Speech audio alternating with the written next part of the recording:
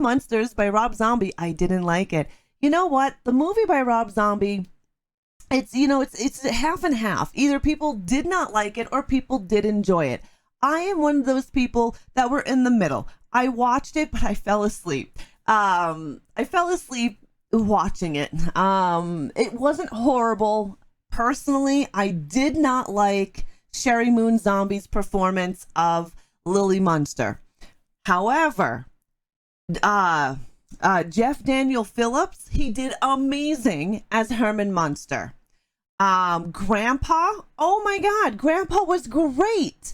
I did not like the color scheme that he went for with the purples and greens, even though they're my favorite color.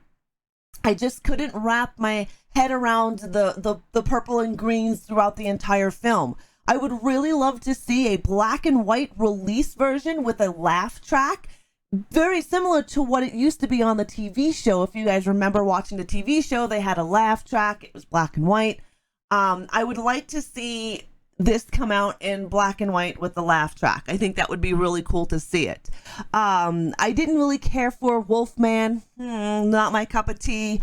But Richard Brake, he did a great job as a Augustus, which is a made-up character by Rob Zombie, not technically in the original Munsters at all. And it's basically almost like an origin story of the Munsters. I enjoyed it. I thought it was too long. It could have been cut into like an hour and a half, maybe even an hour and 20. I think I fell asleep because I got bored. No Fosticles, no.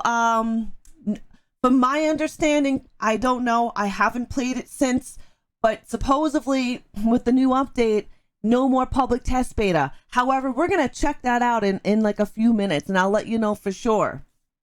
I am home means I need to get forms filled out. Okay, well, Monkey, update your fucking game so you can play with me today. It's pretty good. Listen to YouTube music this morning instead of Spotify. I am still on the fence about watching the Munsters. And you know what? I only watched them because I was sick and dying on my couch. Right? And it was there. It's not horrible. I promise you it's not horrible. You're either going to hate it or you're going to love it. I'm the weird one. I am in between. I enjoyed certain aspects of the film. I did not think it was shit.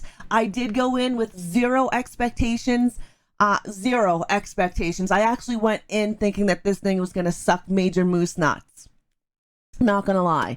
Hello, Professor Mercabro. How are you? Talking the Munsters still hasn't gotten released in my neck of the woods. We are talking about it. I'm not doing spoilers, so you don't have to worry. I'm just giving my insight on how I felt about the film itself. I won't spoil it because it is quite new for most people.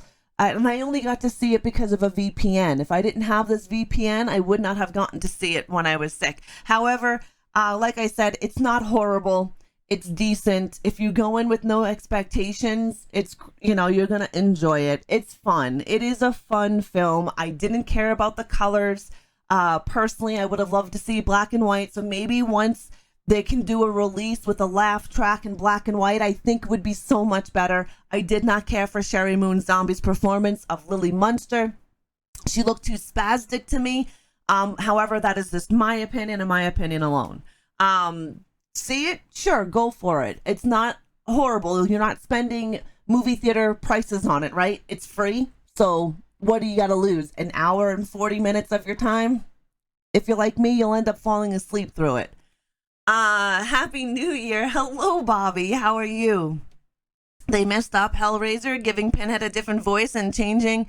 Well, no, I don't think they messed it up, Stuart. I think they're trying to stay a little bit more on track with the original novella from Hellbound Heart and the Scarlet Gospels. If you've read both of those books, you'll know that Pinhead, Hellpriest, voice is much different than Doug Bradley. Now, in the original 1987 Clive Barker Hellraiser, we have Doug Bradley's voice, which is deep and to me sounds British. So, in this newer film, they utilized a voice. That's not her voice. It's her voice, but it's also utilized some audio tricks. And I think what they're trying to do is bring more from the actual novella than the original film. Also, it is not a remake, guys. It is not a remake. And that comes from David Bruckner himself. He said there's no way that he could even remake Hellraiser. You just can't. So he's not remaking Hellraiser. This is in the Hellraiser world, in the same universe, but pulling more from the actual novella than pulling from the original film, if that makes sense. So I don't think they messed it up at all. Trust me, you will get my full honest review when Hellraiser comes out. That will be a given, and I will be very honest and blunt about my review. I might give the Munsters a try when I finish Coco Da. Nice, Deadwalk. Let me know what you think of it. I would really like to know. They have a Legacy 2021 build available. For what, Sam? You can spoil. I never get upset when people talk about movies because I love hearing people talk about movies. I feel you, Professor. I just don't. I know there's some people that don't like spoilers, and I don't ever want to ruin a movie for somebody. So once it's out a little bit longer, once it's been out for about a month or so, I will make a YouTube video going into depth what I thought about the Munsters. I have seen Hocus Pocus too. Yes, I have. Sherry's version of Lily was very fake to me. It was very spastic. It didn't come across as comedy. It came across as spastic. I didn't like her performance at all. Now, I do like Sherry Moon Zombie. However, her performance of Lily, not at all. Not at all. That is my biggest gripe about the Munsters. My dad liked Zombies, Munsters. The guy that played Grandpa also played the devil in Zombies Teenage Rock God music video. Nice. I liked Grandpa. Grandpa did a great job. I have no idea who the fuck he is, but Grandpa did a great job. Hello, Double Horror Pack. Hello, how are you? I wanted to stop in, say hi. Looking forward to Hellraiser. Looks really good. I'm really excited about Hellraiser. I can't wait. I think Jamie is going to be amazing as the Hell Priest. I think we're going to get a whole brand new world, which is going to lead to something more. I'm really excited. I was so excited. I started to reread the Hellbound Heart and Scarlet Gospels, not rewatch the films because I've seen them a million times. And this film is going to be in the universe of, so there's no real sense in watching the original films. But I cannot wait. Oh, Ghost Exorcism. Yes. So many great horror releases. Oh my god, I know. I've been sick, so I didn't make my horror movie October release. I'm gonna be making that this week. It's gonna be a little late, but October is jam-packed full of great films coming. We've got Terrifier 2 that's gonna be released. Like, I cannot wait for Terrifier 2. I have been waiting so long to see Art the Clown again, so I'm really excited about that one. American Horror Season 11. Yes, American Horror Story Season 11 is coming. Sherry would have made a better Marilyn. 110% Deadwalk. 110%. I did not like her acting as Lily Munster. However, Zombie puts her in lead role all the time. So, I mean, it is what it is. You got sick without permission, Ross. Shame on you. I know.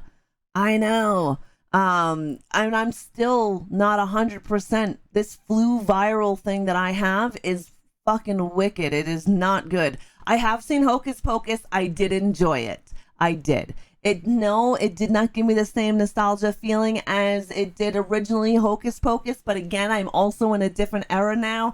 I'm a lot older than when I was when in 1993 when I watched Hocus Pocus. So it's not going to have that same magical feeling that it had when I was much younger. However, I enjoyed Hocus Pocus too. Haven't seen the Munsters yet. Love the TV show, which was campy. The movie looks like the movie did go the campy route. It's worth a watch. It is. I mean, it's not worth movie theater prices. However, if you're going to be able to watch it because you have a subscription to Netflix or whatever, it's definitely worth the watch. It could be cut down a bit more. Other than that, it's not a horrible movie. I would give it a 5 out of 10. Yes. Oh, I love the new movies that are coming out. I want to see Smile. I want to see Barbarian and Pearl. I haven't seen. I've been sick, so I haven't been able to go to the movie theater. I haven't seen either of them, any of them. I was about to change the version to public when I saw it. Um, yeah. So you should be able to play the regular version, Sam. You should be able to. We're gonna read the dev blog notes here in a minute, anyways. Going with Double to see Terrifier 2 in theaters this Friday. I'm hoping my movie theater gets it. It says that it's getting it, but I don't know for sure. And I want to take my spawn to go see it. We're both Art the Clown fans, and we've been waiting. I'm really hoping they have some over-the-top kills like they did in 1. I am not 11 anymore. No, exactly. Well, mind you, I wasn't 11 years old when I watched Hocus Pocus. I was already a teenager by then. But still, I was a different age and a different mindset from Hocus Pocus. It's just like everyone complaining about Craft the Legacy. Now, when the Craft came out, I was in a different mindset. I was a totally different fucking age when that movie came out. And honestly, the Craft Legacy, I did not think it was horrible at all. There were some things that were like, you know.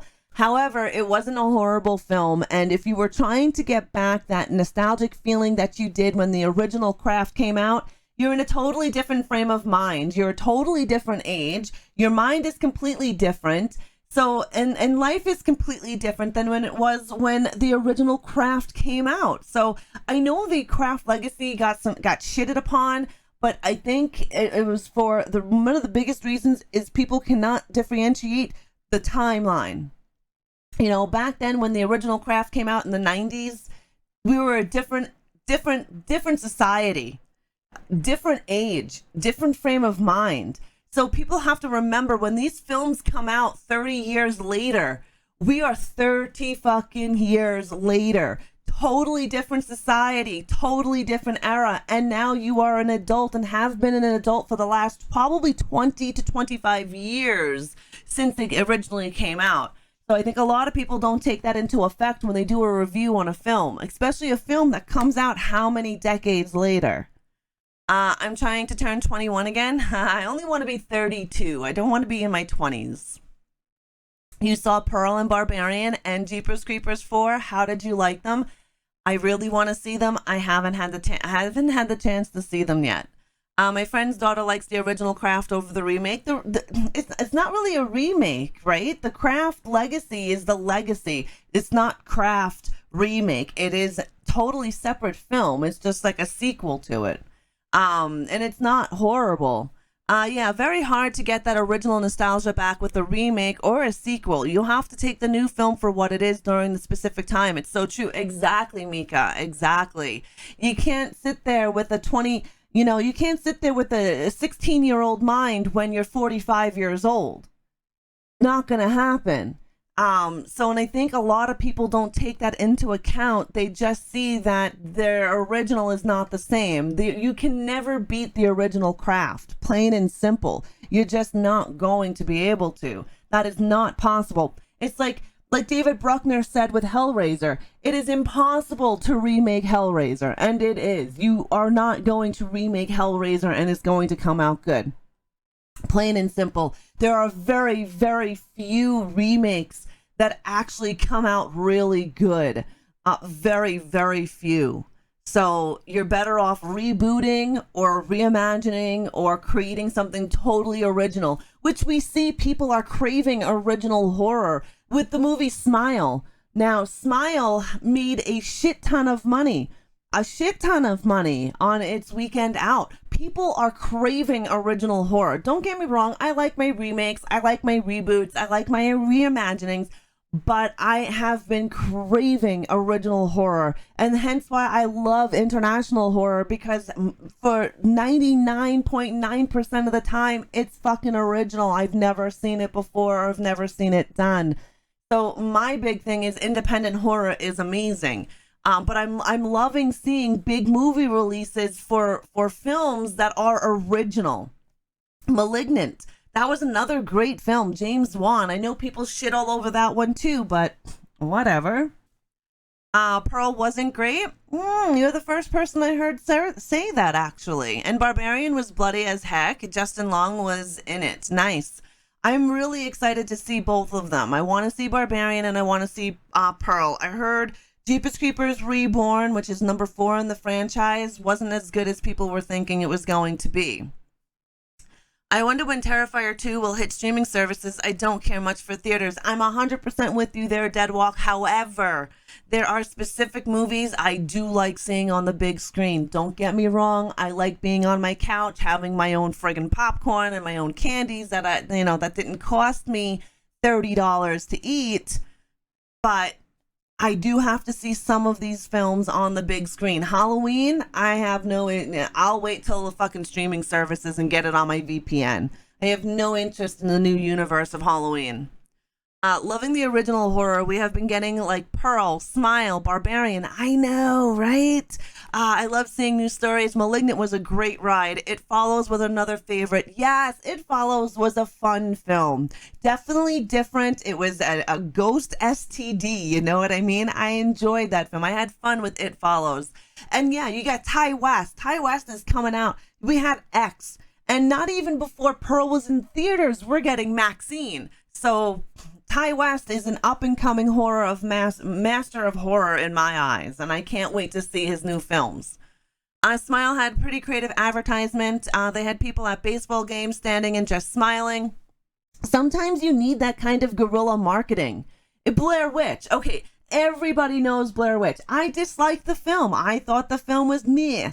However, their marketing scheme, one of the reasons why I didn't like the film. However, their guerrilla marketing scheme and the way they did it, how they got the town involved, because it is not a true story at all. All of it is fake, even down to the witch herself. It is all fucking fake. However, they got the town involved with their marketing.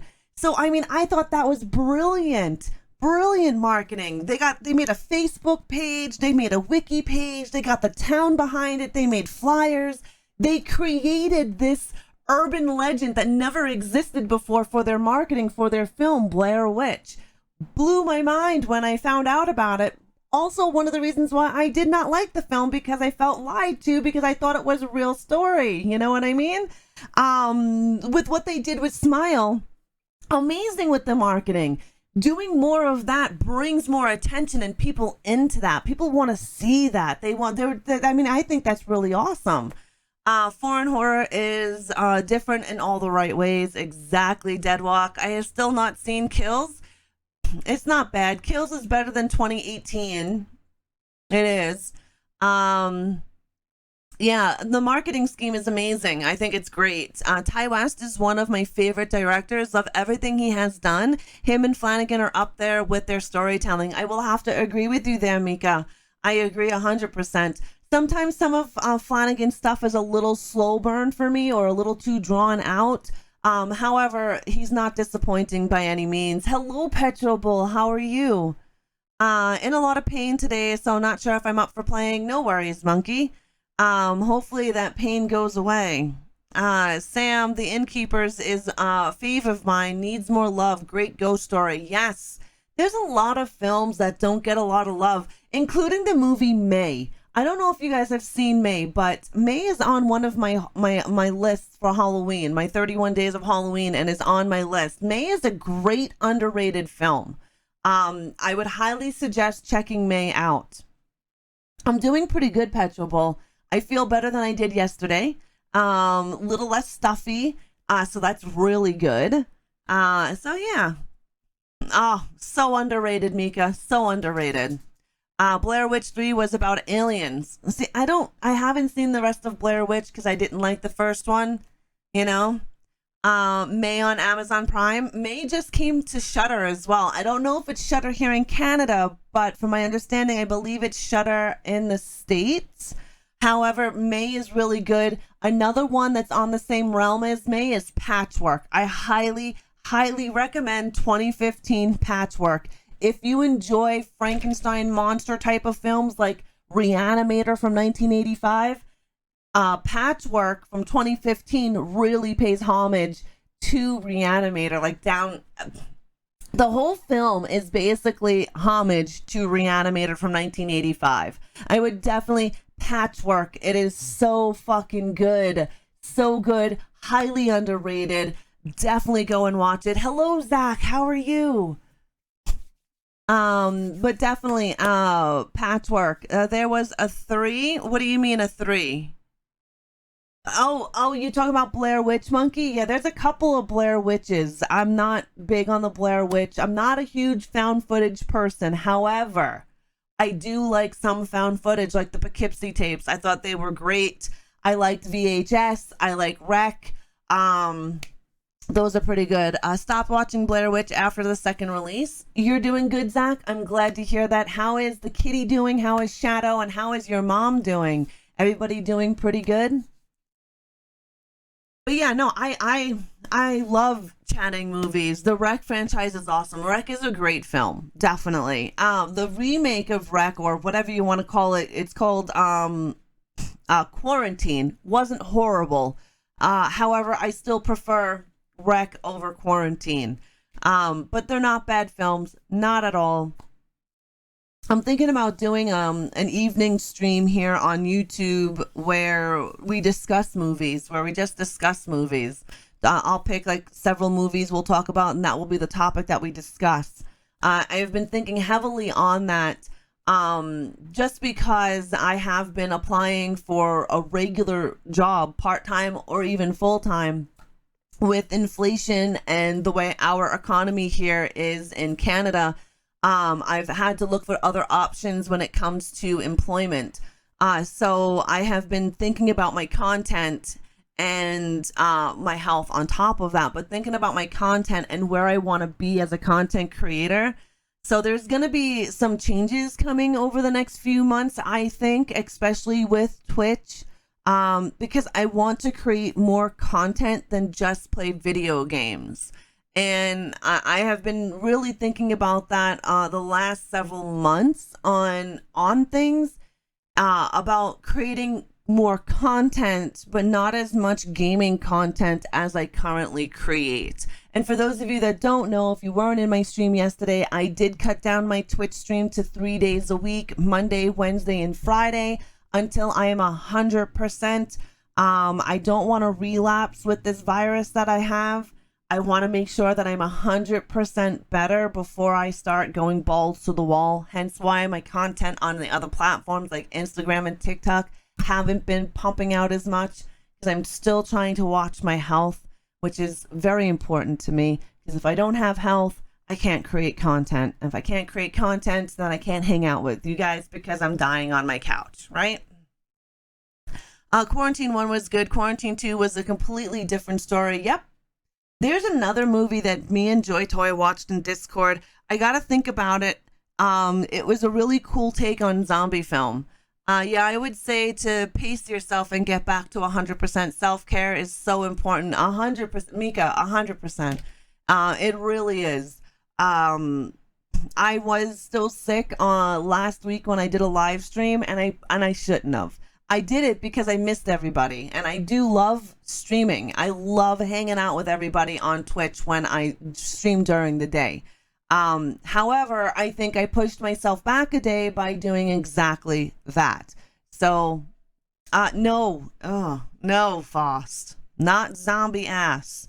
Understandable. Monday, Wednesday, and Fridays are normal days for me. Yeah, I'm thinking just until I'm 100%. And I want to revamp my content, like I'm saying. I want to talk more about movies. I want to create more content based on original content and not utilizing a video game, if that makes any sense. I enjoy those things.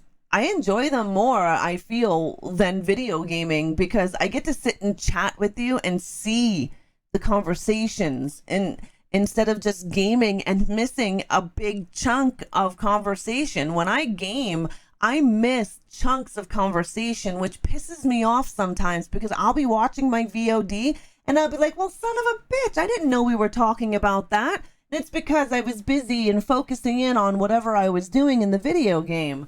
So I'm thinking about making more talking content than I am video gaming content. And I know a lot of you guys are gamers.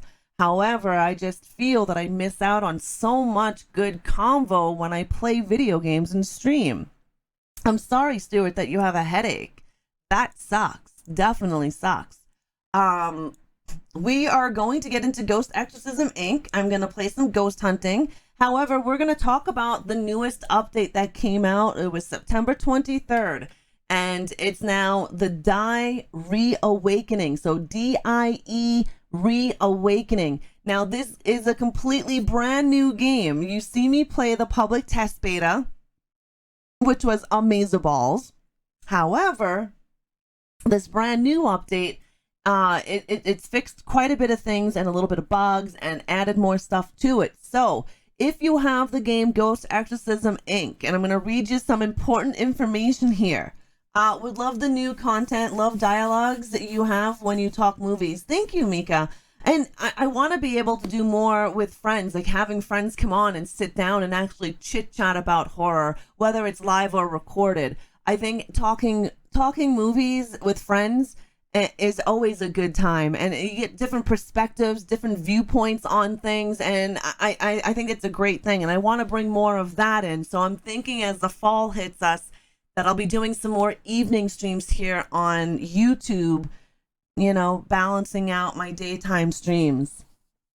Yeah, for sure, Foss, for sure. I'm going to go over the dev notes, and then we're going to get into some gameplay. So this is very important for Ghost Exorcism Inc.